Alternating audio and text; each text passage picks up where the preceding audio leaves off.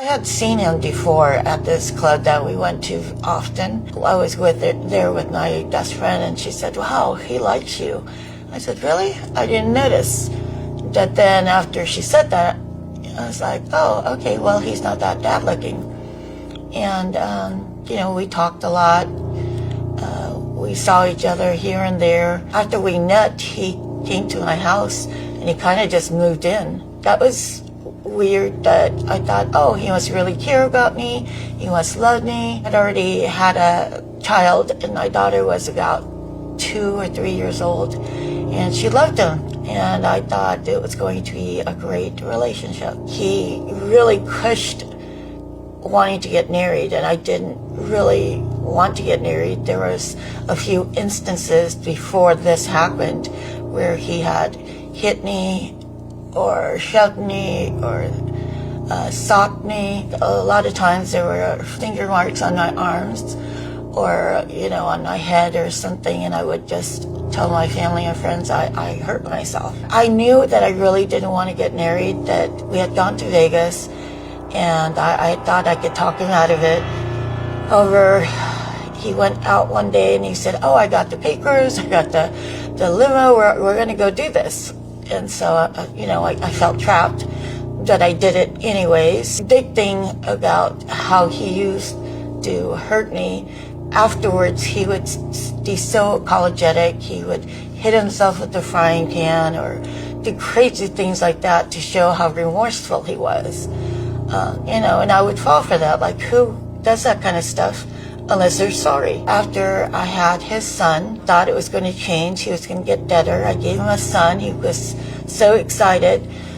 But then I should have realized, during my pregnancy, he was always gone. When my son was born, he wasn't there.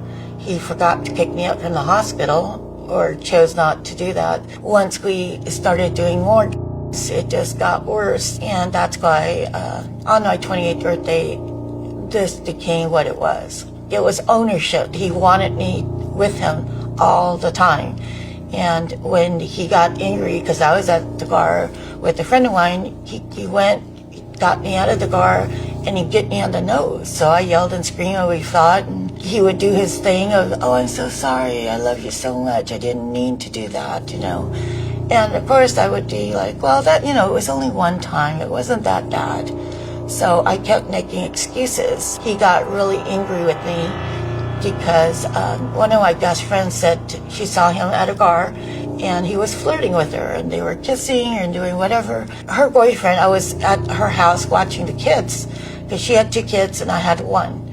And her boyfriend had come home early, and I guess they thought it was okay to swap partners. So he was being very forward, and I didn't like it, so I went in the bedroom with the kids and I laid down with the kids. So he left me alone, and then his girlfriend came home, and that's when she said, your husband was like, you should divorce him after what he did with me. My ex-husband came and got me, and in the car he punched me over and over in the head and the face.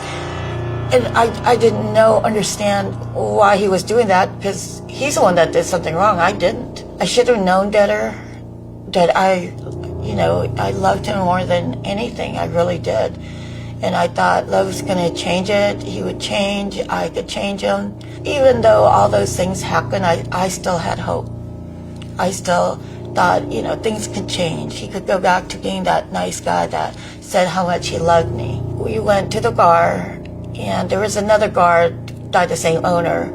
And I went to the other side, talked to my friends, and he went to the other side, talked to his friends, and it was probably 2-3 hours. And then I thought, maybe it's time to go home. So I went across the street. I opened the door. I see him with his arms around this one girl. I just didn't want to deal with it. I walked out of the bar.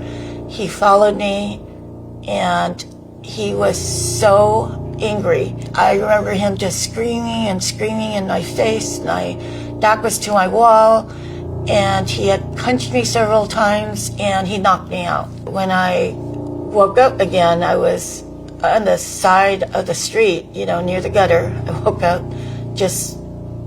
I didn't know what happened. But I walked in the bar, and he had left, and I had friends there too, and they looked at me and they were like, oh my gosh, I can't believe he did this to you, you know. I'm like, what?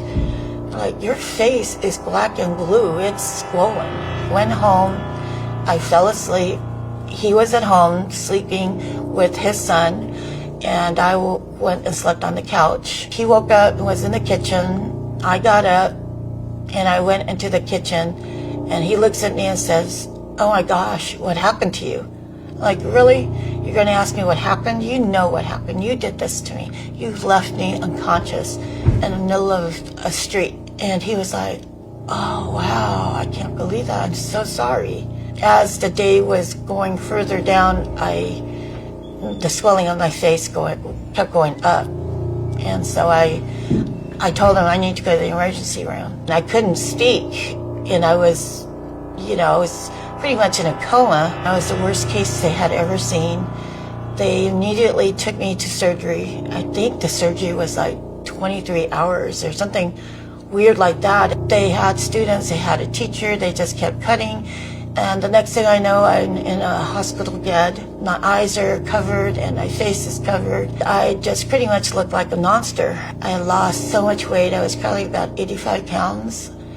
And when my kids did come to see me, my daughter was, she knew, she understood what happened. But my little boy, he was only 3 or 4, and it freaked him out. He just screamed and cried. He wouldn't come near me because I was so scary to him. My ex-husband had disappeared. He had given all of my stuff to my mother, and he had just disappeared. He found someone new to live with. I started going to this church that really wanted to try supporting me. And at one time we went to a retreat. There was a few people that came there from Thailand, and one was a minister. She wanted to pray for me, and usually I say, I'm fine. She just thought, you know what, I think I need to pray with you. So we went in the room, we prayed together, and she said, you know what, I don't know why I came to the United States, out in the mountains with people I don't even know. But I just heard from God, and he said it was for you, and it was just for you. And I want you to know he loves you so much that, you don't have to hide anymore. I don't know, it had a huge effect on me. And the next day we went to church, and I didn't wear my mask. And my friends are like, oh my gosh, did you forget, Sandra? You don't have your mask on. And I said, no, I didn't forget. If you have a problem with this is your problem, not mine.